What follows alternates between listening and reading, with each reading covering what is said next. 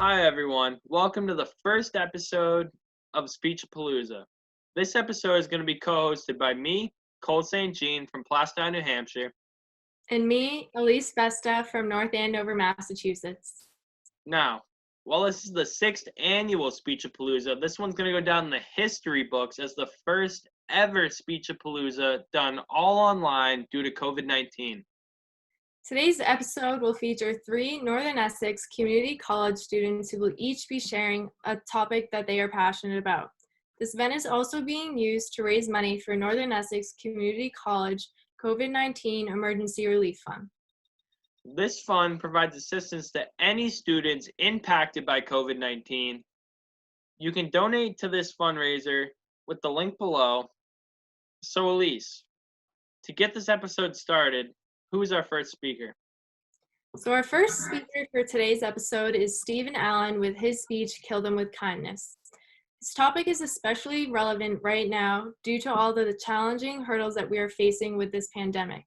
Being faced with so much uncertainty and a lot of stress, Stephen's speech touches upon something we could all use a little bit more of in our life right now, which is kindness. So let's welcome Stephen. Hello, everyone. Hope you guys are having a good day today. I know we're still, dealing with the coronavirus, and it's very unfortunate, but just want to let you guys know that we're gonna get through this together, and we're gonna be all right. What you guys about is kindness. Now, kindness is a very easy thing, but for some reason, people don't really do it. I don't know why, but for some reason, people just don't know what is kindness or how they can be kind. I mean, kindness is a very easy thing. Now, the actual definition of kindness is to be generous, friendly, and considerate towards others. There's one story in particular that I think applies very well to this situation. So, like I mentioned a while ago, I used to be in the Milkmen. It's an improv group at my high school. And basically, we would perform shows for all types of groups and organizations in our community. Basically, one night there was this person that I knew from what was called the Timberlane Players, whose mom unfortunately was not feeling well. She had very bad stomach pains. She had pancreatitis. That's the official term. Kind of forgot, but anyway. So yeah, we were trying to raise money for her mom because she had pancreatitis, and she actually just had her pancreas removed and got a new one, but for some reason that didn't really pan out. So we decided to do that night's Milkman show to be dedicated to her mom. And so by the end of the night, we actually were able to raise, I want to say, around $1,200 to $1,300. It was remarkable. That was one of the best nights of my life because not only was I able to put smiles on people's faces in the crowd, but I was also able to do so many cool shows and still make money for people who need it. That's one of the best things I could ever do, and I'm certainly going to miss that. But just making people laugh and ultimately helping a family in need, like, that's incredible. And another great way to be kind, not only just with money, but even at birthdays. Like, I remember there's 2 other people from my Timberlane Players, and it was their birthdays, so I decided to get some donuts. Figured it's their birthday, might as well do something nice and just hand them out. Now, I don't want to be really sharing a whole lot of this just because I feel like it sort of defeats the purpose of being kind, because the way I see kindness is being kind without people looking or without people knowing about it. Because if you're just doing kind things for attention, it defeats the whole purpose of being kind. I mean, you're just trying to do it so you can get attention for yourself. And that's not the way you should really be approaching life and approaching being kind to others. So if you're going to be kind, try to do it without people looking. I mean, I'm not saying, don't ask for, certainly don't ask for a thank you, but if you do get a thank you, then that's awesome. That's very much appreciated. But don't try to seek out a thank you or fish for a, something kind back, because that just defeats the whole purpose of being kind. And I mean, you don't even have to be kind to other people too. I mean, you could be kind to anything. You'd be kind to animals. I mean, if you see a dog and they let you pet the dog, then pet the dog. Why not? I mean, make the dog's day go great. Or even the earth. I mean, we've done so much to the earth. Like, it's crazy. These factories that are just emitting these greenhouse gases that are like destroying our ozone layer.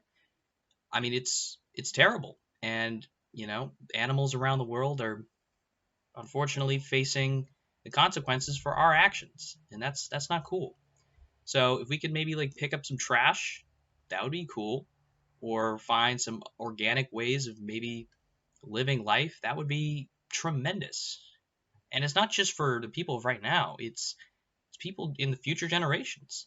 I mean, I don't want my kids to be living in a dangerous world where we pretty much screwed them over. I'd feel terrible as a parent and as a person of earth. So, you can be kind in multiple different ways to multiple different things, because everybody and anything deserves kindness. The reason I don't watch the news is because all I hear is murder, like homicide or whatever, just bunch of crap, and I'm sick of it. So I want to know if there are people out there who can be kind enough to make the news. I mean, that would be awesome. If I can go on the news and I can find people doing kind things and they get recognized for it. Again, not doing it for the purpose of being recognized, but at least just doing it to be kind. And if you get recognized, that's fantastic. But if you don't, that's okay. That does not diminish what you've done as an action. So again, be kind as much as you can to anyone or anything. And thank you guys so much for listening. This is sort of like a YouTube kind of thing, doing it like this, but hey, this is certainly good practice. So thank you guys for listening. Really do appreciate it, and have a wonderful day. Wow, that really makes you think about all the little things that can make someone's day. What do you think about it, Alyse? I really liked how he delineated how important it is for people not only to treat other people nice, but also the animals and the earth. Our kindness today not only makes a difference in the present day, but it also makes a huge difference in the future, like he said. That was a great story to lead off with. So, Cole, why don't you introduce us to our second speaker of our event? Now, for our second speaker, we have Carlos Schmidt in his speech titled Second Chances. His speech is all about his personal experiences and how everyone deserves a second go at things. So, let's welcome Carlos to our show. Hi guys, my name is Carlos, and today I'm going to be talking to you guys about second chances. Unfortunately, I will be staring straight at the camera because I don't have an audience due to the coronavirus pandemic. But lucky for me, my baby girl Taylor, who's been quarantined with me, will be doing the recording. Say hi, Taylor. Hi. Okay, that was Taylor. So second chances. Second chances is like a lost art, something that we forget. When I was younger, I used to play this game called Around the World, basketball game. Now there was different versions of this game. The main idea is you pick selected areas and you would shoot from that area in order to win consecutively. Now if you got to a certain point and you missed a shot, you can call for a second chance and then you retake that shot. You follow me so far, Taylor? Mm-hmm. So now let's say that you're all the way at the end. You've almost won the game and you're at the final spot and you take the shot and you miss. You're not going to want to take a second chance on that because then you'd have to start all over. So now let's say about the third or fourth time that you tried from the same spot, you keep missing and missing. But that last time you missed, like you felt it on the release that it was about to go in and it just missed. It just missed. And out of nowhere, you just say chance. And now everyone's staring at you like you got 8 heads. Because why would you chance it on that spot? Why would you ask for your second chance knowing that if you miss, you're going all the way back to the beginning? But at that moment, when you're in a zone and you know yourself, and we all know ourselves, you know if you had that one more chance, that you would get it. You ask for that ball, you take that chance, and it goes right in the hoop. You knew in your gut You knew in your gut that second chance would count. So that's what second chances are all about. Now today I'm going to talk to you about certain times that I've had second chances in my life that has brought me to this point today. The first one was in high school. Freshman year in high school, I stayed back. Now from kindergarten all the way to 8th grade, I was a straight A student. I got into high school, I started to not hang out with the wrong crowd, but not really give it my all. Needless to say, I stayed back freshman year, like I just said. At the end of my freshman year, I was with a friend at the time, my girlfriend, if you will, and she told me that she would never date a kid who could not, or a person who couldn't even graduate from high school. Now that broke my heart, because I couldn't believe someone would say that to me. Like, I need this kind of validity to, show who I am. So the following year, I went up to my guidance counselor. Only class I passed was my gym class. So I had like a point something GPA. And I told him that I need to graduate with my class. So that was 3 years. I need to graduate in 3 years, so I graduate with my class to prove that I'm not a loser. We sat down after 30 minutes of putting up a schedule 3 years in advance. We came up with a solution that I would be able to do it, but I would have to pass every single class.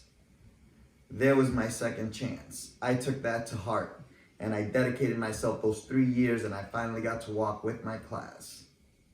Redemption. I was lucky enough to get that second chance by a friend who called me out on it. Now the second time brought me to Northern Essex. When I was around 20 years old, I enrolled into Northern Essex. And to give you an idea of how long ago that was, my student ID starts with 00002. Then we'll leave the rest alone. So when I went to Northern Essex for the first time, I was going full-time while working full-time. And I burned myself out. And it was tough for me.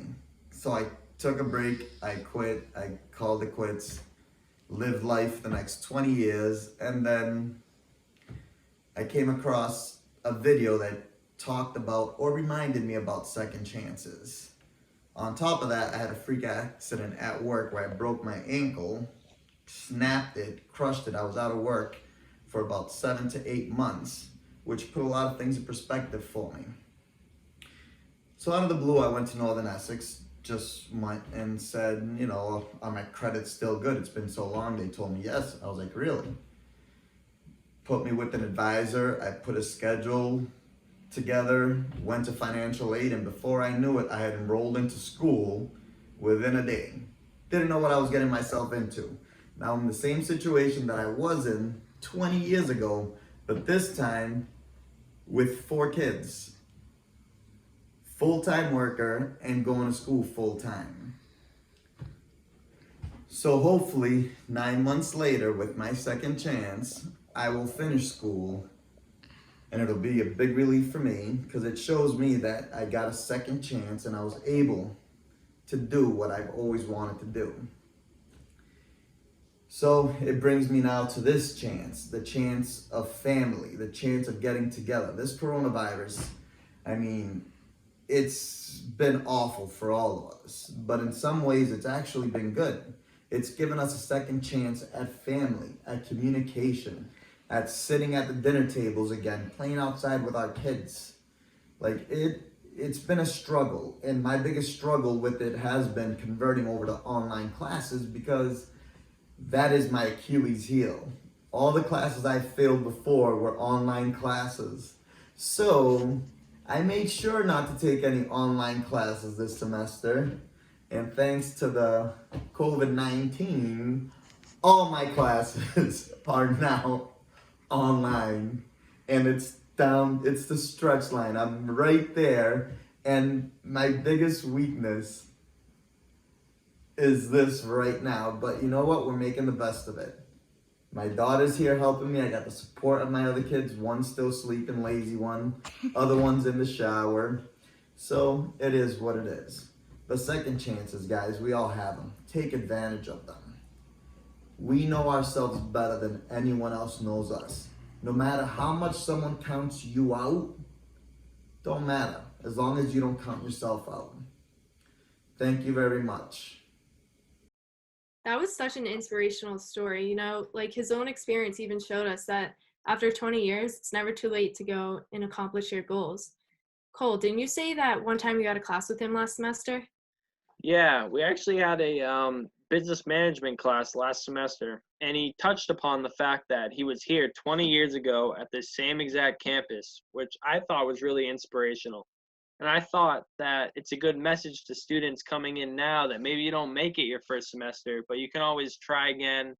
You can always get your second chance. Yeah, I completely agree. So that leaves us just one last speaker left, Alyse. Who's our final speaker? So our final speaker for today's episode is Jon Briscoe, who's going to talk about a computer software known as Open Broadcasting System. So let's hear Jon. Good afternoon, everybody. So my name is Jon Briscoe, and today I'm going to be talking to you guys about using a program that has helped me out immensely since this whole quarantine and everything else has started, and should help you guys with your videos and your video quality. I've noticed that a lot of people have some issues when it comes to quality of their videos, microphones, and everything else. Obviously, I have a broadcasting microphone. The whole setup was, the microphone itself is $100, and the boom that it's on is like $15. It's really nice if you have a desktop setup like I do. So the reason why I want to talk to you about Open Broadcast Software, which is the program, is because it has helped me immensely during this period of time, and it's something I've been using for a long period of time. I used to stream on Twitch, like I've talked to you guys about it before. This is the program that I actually started out with. It's very user-friendly, it's easy to start with, and everything else.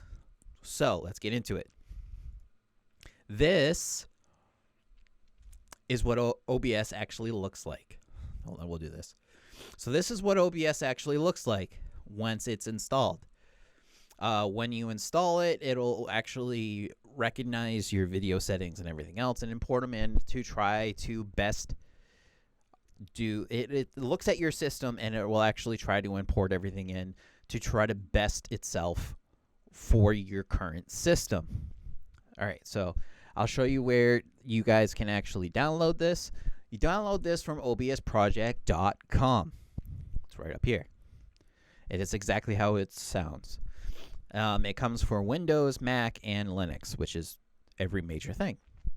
Most people will be downloading it for Windows. So all you do is click Windows, save the file, follow the prompts, install it. Obviously, I already have it installed, so I can't install it twice because this is what I'm actually using to record the video.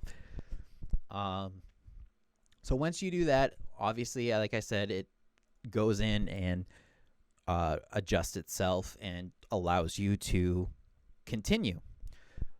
It won't have this up or anything else. It'll come with a default scene, which has nothing. So all you do is add display capture. You can name it whatever you want, and then choose the monitor that you're currently using. Like this is my other monitor that I'm lucky enough to have two monitors. So this is my other monitor. This is my current monitor. This is my main monitor. So that's the one you normally want, is your main monitor. So I'm going to go ahead and turn myself back on. Actually, I'm going to delete this because now it's doubled. Yes. So one of the two major things that I want people to realize that they can actually do is record videos. So you go into settings, you go into output. This will show you what your bitrate is and everything else. And there's a really nice video up on YouTube. I believe I had sent it out in the email that actually shows you guys this program. You can decide which encoder you use, everything else, blah, blah, blah, blah, blah. But this is what you were really worried about for class purposes. This tells you can choose where the video gets inserted onto your computer, and a lot of people would probably choose desktop or just their normal video thing. I personally have a external hard drive that I save all these things to, and I have it so it steals the exact same encoding rate and everything else as my stream. And I also changed the format to save it as an MP4 because most people have some form of MP4 abilities. So once you do that, you just hit this button, start. This will actually say start recording, and then you just go from there. If you want to stream on Twitch, YouTube, or anything else like that, you insert your stream key in here, you pick what it is, and then you hit start streaming, and it'll start streaming to your thing. So that is number one. The next quality, the quality of life things, there's two of them. Let's turn myself back on. So, quality of life things. I'm going to not talk for a second, and you can tell me what you hear in the background. You can hear my ceiling fan. You can hear my computer's fans because there's 8 fans in the computer. You can hear them. So one of the next big things that I'm going to say you should do is this is where your microphone is. Filters. Noise gate. You add this noise gate. Adding a noise gate, you're going to have to mess with it. You're going to have to sit there and go, duh, duh, duh. You're going to have to talk into the thing to actually figure out where the min and the max is. This is mine. And this way, you can't hear me typing on my keyboard. You can't hear my ceiling fan. You can't hear my computer. You can't hear any of that. All right, so the next thing I'm going to show you is this. Obviously, you see I have a blue screen behind me. Like I said, I used to stream. So one of the next things I want to show you is how to add a chroma key, which is really nice if you want to make yourself look like you're in something else. Or you want to make it so you seamlessly blend in with your settings, your surroundings. Because if you look at this over here, this is blue, but a black background now. And all you can see is the blue. So what you do is add this chroma key. You choose what color you want. Choose the color. Try to find as close as you can to the color of whatever background you're using. I use blue because I have a green chair and I didn't want my chair to disappear because it looks weird. But my eyeballs disappear, which is funny. So you have to add the filter, chroma key, and then go on from here. So I'm going to add my chroma key. My chroma key, you see all this gray? That's what's going to disappear. Making it disappear, look, no more blue. I am seamlessly in my background. It looks nicer. That is the reason why a chroma key is nice. If you have a nice camera, good lighting. I actually have studio lighting in this room because of streaming. So you're going to have to find the good lighting and everything else. It's a pain in the ass, but it's worth it. Because look, I am seamlessly in my background. Seamless. Black on black on black. It looks nice. So those are some of the major things that I enjoy with this program. This program will allow you to have really nice and good quality videos that you're going to upload to your professors, to your teachers, to your schoolmates. Look at this. I'm seamlessly in a black background right now. I'm just in the void. I could add whatever I want to this background. I could be sitting in a spaceship right now. I could be sitting in the Oval Office. I could be sitting anywhere. Because my surrounding area of my camera is gone. You can have it seamlessly puts you in the background, which is nice. So, open broadcast software allows you to make really good quality videos. You can filter out stupid noises in the background like my ceiling fan, my computer, my keyboard if I'm sitting here clicking away because I have a mechanical keyboard. And you can make it look like you're in whatever environment you want to look in. My name's Jon Briscoe. Thank you for watching this video. Good night. That was a really helpful step-by-step video on open broadcasting system. This is definitely a great tool for all of us to improve the quality of our videos we send to peers, professors, and even employers during this difficult time. This is definitely a system that is useful to all of us. I completely agree. Well, unfortunately, that wraps up our first episode of Speechapalooza. We'd like to give a huge thank you to the Northern Essex Community College students, Stephen, Carlos, and John, who submitted their wonderful speeches. I'd also like to give a huge thank out to all our viewers who tuned in to today's episode. Make sure to tune in to episode 2 on Thursday, April 30th, and episode 3 on Friday, May 1st. Bye, everyone. Bye.